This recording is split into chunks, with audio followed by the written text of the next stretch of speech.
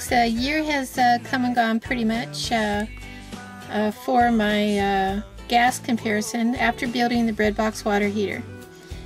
This here is a gas statement from April 15th, 09 of last year. I used in that period 20 therms of gas, and I just got my statement right now.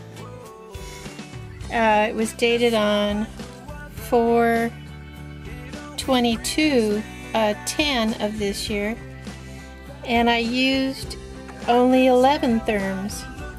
So I basically saved 9 therms of gas compared from this time this year last year by using the bread box water heater.